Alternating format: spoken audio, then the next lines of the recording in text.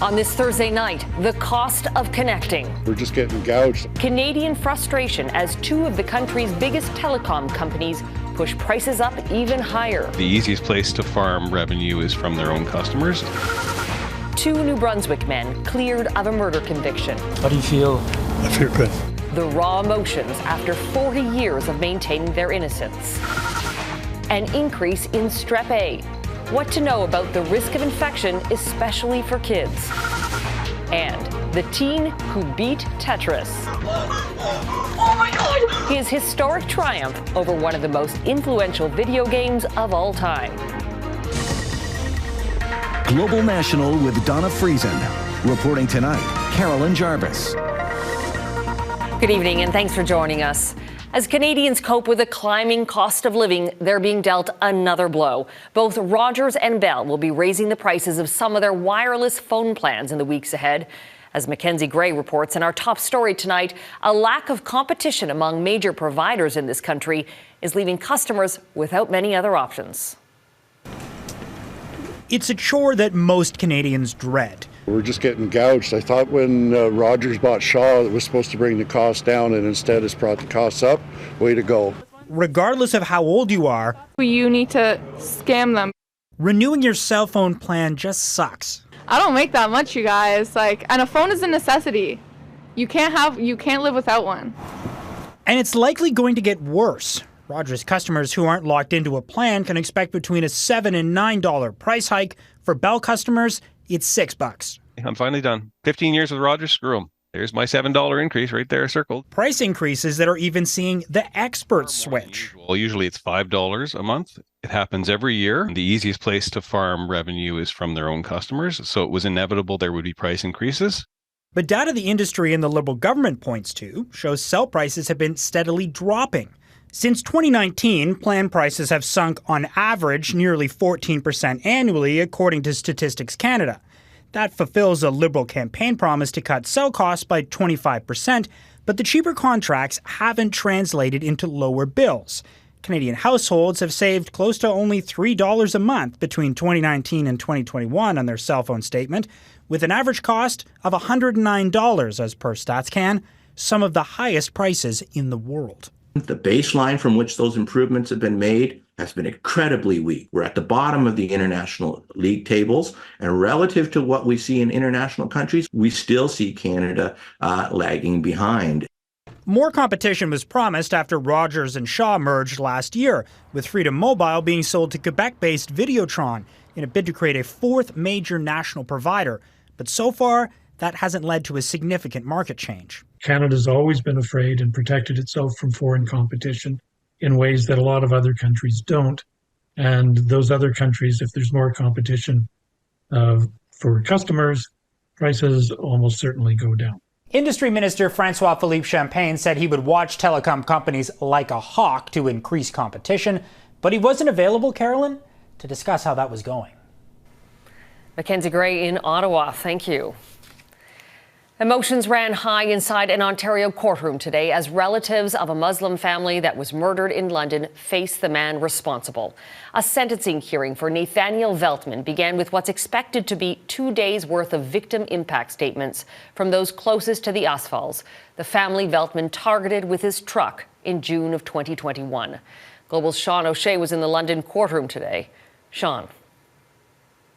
Carolyn, after a 10-week jury trial that saw Nathaniel Veltman found guilty of first-degree murder, this part of the criminal justice process isn't so much focused on guilt, but on the people left behind.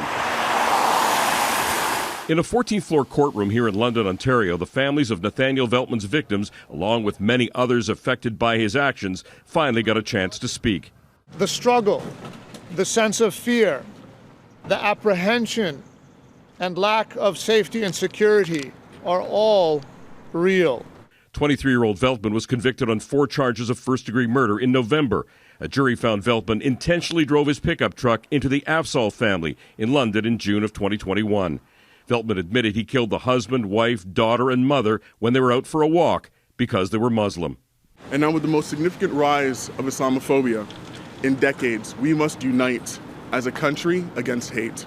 They endure a relentless barrage of discrimination fueled by ignorance and misinformation. The The judge set aside 2 days for victim impact statements, nearly 70 in all. Close family members spoke from the witness box and called the murders unthinkable, heartbreaking, a senseless act, describing the family members who were killed as the most lovely, friendly souls who never harmed anyone. "You took something incredibly precious from us," one family member said directly to Veltman as he sat listening. "You have stolen everything." Veltman was stone-faced as family members spoke, some sobbing. Many talked about their newfound fear as Muslims, fear for family members who could be targets for someone else expressing hate. We must reflect as a nation on how we ensure that this does not happen ever again. A reason why so many wanted to speak up in court. That it's also about reclaiming our sense of safety and place in community through hope, healing, and resiliency. Veltman faces a mandatory sentence of life in prison with no chance of parole for 25 years. If the judge finds the killings were a terrorist act, he may have to wait much longer.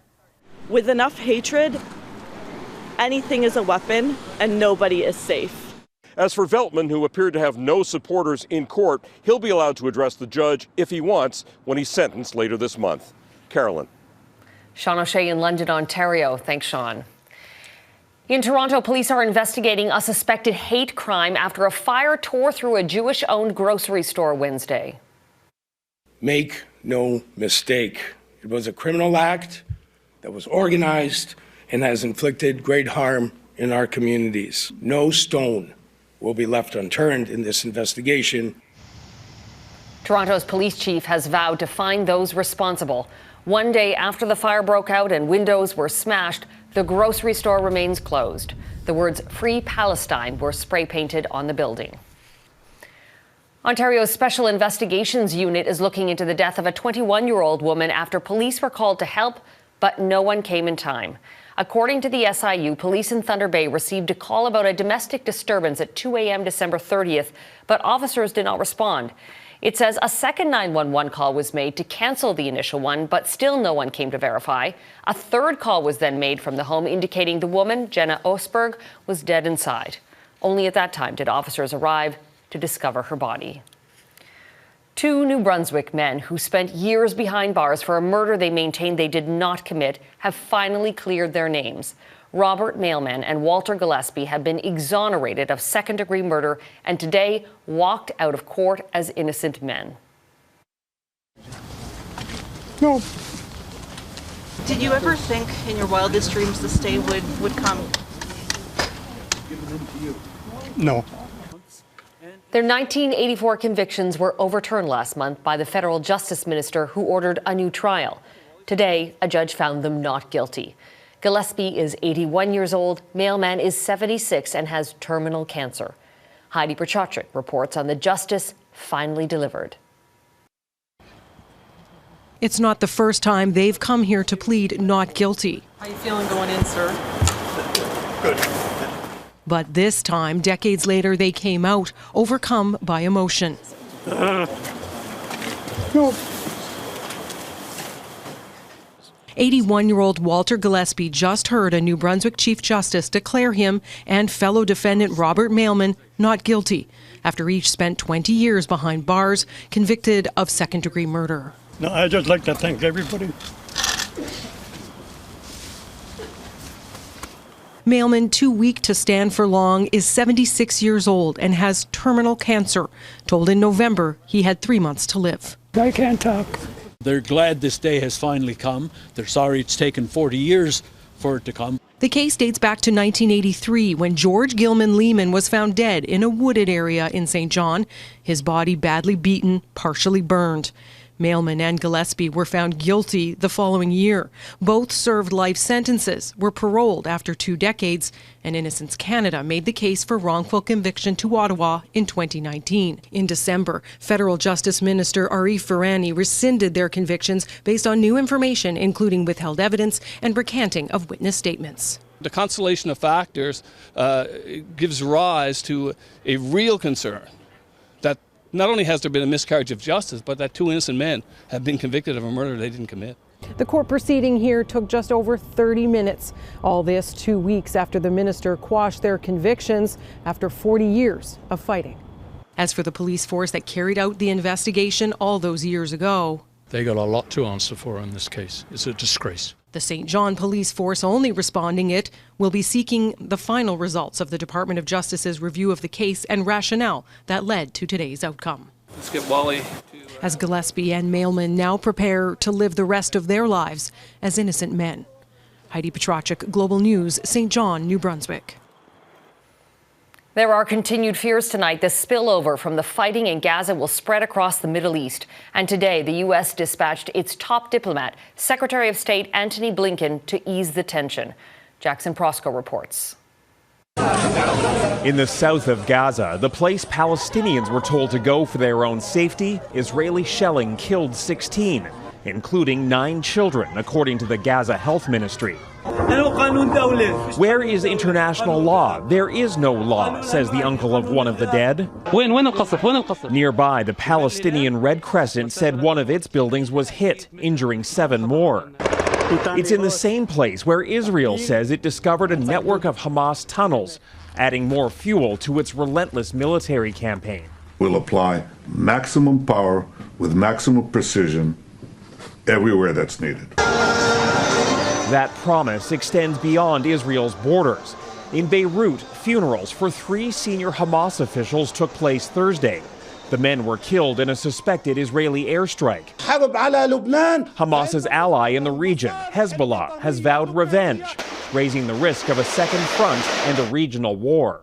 The fact is, there are a lot of people who are at the edge of doing something very violent.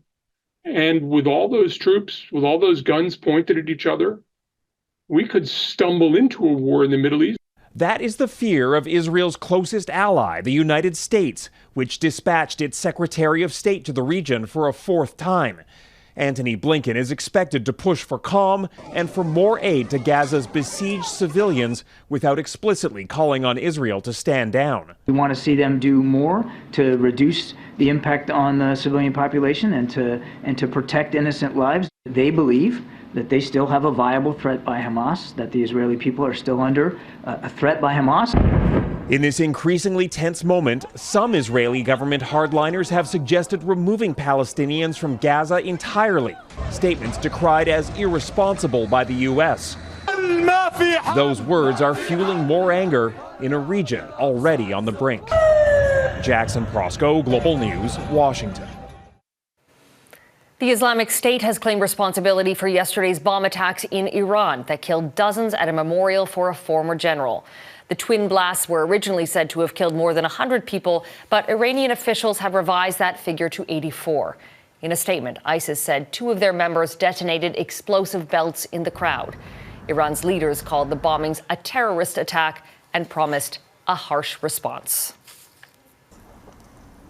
A U.S. drone strike in central Baghdad has reportedly left 4 people dead, including a senior figure in an Iranian-linked militant group. Reuters news agency says 6 people were also wounded. In a strike the Iraqi government has condemned, calling it no different from a terrorist act and a flagrant violation of Iraq's sovereignty. The Pentagon confirmed the attack, saying it was, quote, necessary and proportionate action against a group that was actively involved in planning and carrying out attacks against American personnel in the region. Brawl on the bench coming up. A Las Vegas court reaches the boiling point.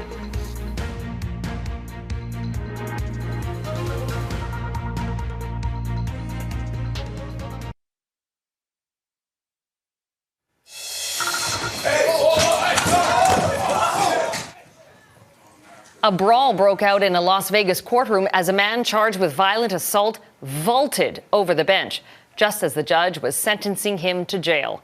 The man was wrestled to the floor and is now facing multiple new charges. The judge and a sheriff suffered minor injuries.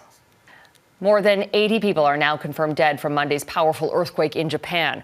And though the likelihood of finding survivors is fading, rescuers are still searching the rubble. This footage released by local police yesterday shows rescuers pulling an elderly man from a collapsed building in the city of Suzu. He'd been trapped in his home for 44 hours. Tremors are still hitting the area, raising concerns about further damage and landslides. Sweden is in the grips of a record-breaking cold spell. Temperatures plunge below minus 40 degrees in the northern part of the country, the coldest January day the country has experienced in 25 years. The military had to be mobilized to a freeway in the south to rescue drivers stranded by heavy snowfall. Strep A on the rise in Canada, the serious risk just ahead.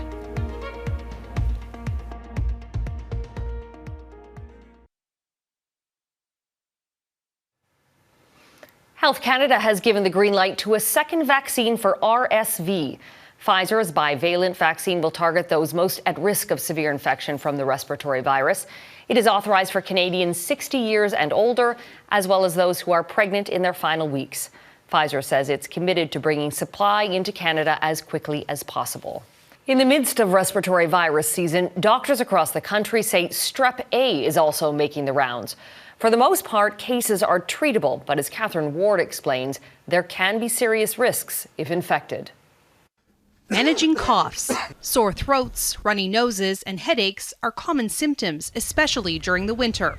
Doctors say Group A streptococcus could be the culprit. It's pretty common when you think about strep throat. But invasive Group A streptococcal infections, commonly referred to as IGAS, can be deadly. The severe infections, the invasive strep A infections, remain rare, but we certainly see a trend towards increasing cases. Health Canada says an early snapshot suggests disease activity in 2023 is higher compared to pre-pandemic years, particularly in children under 15 years of age.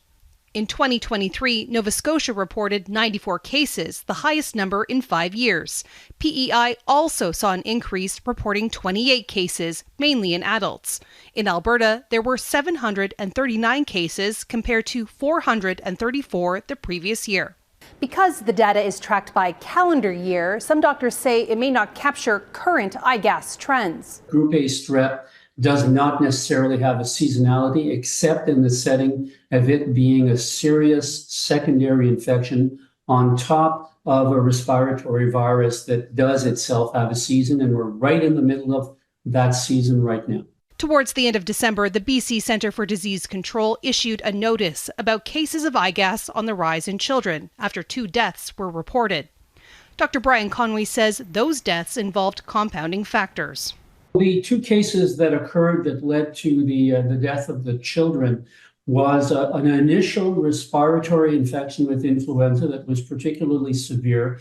And on top of that, there was a secondary infection with a bacteria, Group A streptococcus or Group A strep, that unfortunately led to their demise. Infectious diseases physicians say Strep A can often be treated with medication, and the most important thing to remember is to seek medical help if symptoms get worse. Catherine Ward, Global News, Toronto. The highest score next. How a teenager beat what's supposed to be an unbeatable game.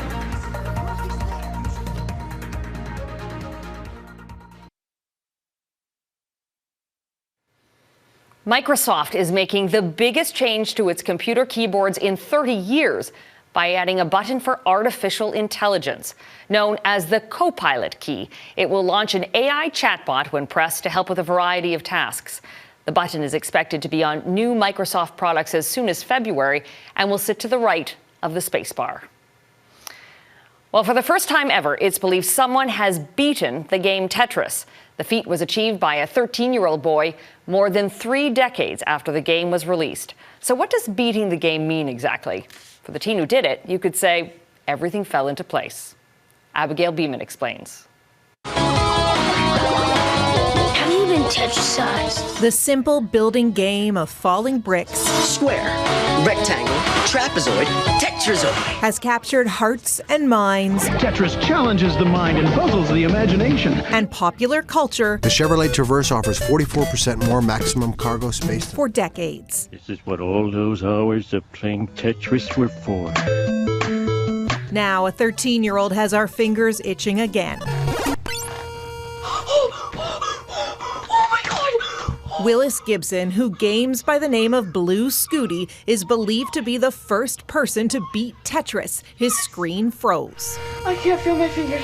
He basically got to the point where the game had no more memory to actually run anymore, and at which point the game just crashes and basically just ends. The accomplishment is rocking the gaming world. All my feeds is just like the same thing. Like everyone's going crazy.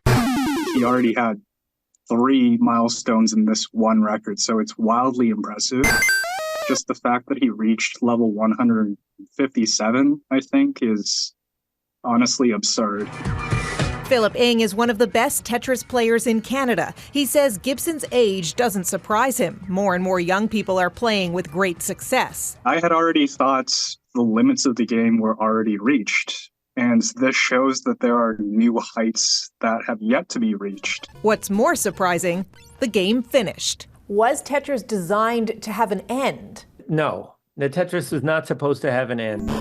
So the fact that they got there is, it's a kind of a miracle. It's poetry, art, and math all working in magical synchronicity. It's the perfect game. His story turned into a Hollywood movie last year. Hank Rogers is responsible for bringing Tetris out from behind the Iron Curtain. Still fast friends with the Russian game designer, over dinner Wednesday night, they marveled at the 13-year-old. This kid is amazing. What an accomplishment. This game was released in 1991. Like, how many years before he was born is that? Though at a reported 20 hours a week, Rogers says he's not so sure he'd let even his own son play his game for so long. I'm gonna pass out. Abigail Beeman, Global News, Ottawa. Way to go, Willis. And that is Global National for this Thursday night. I'm Carolyn Jarvis. Tonight's Your Canada is Golden, British Columbia. We love seeing your Canada. Please email your photos to viewers@globalnational.com. Thanks for watching. Hope you'll join us again tomorrow night. Have a great night.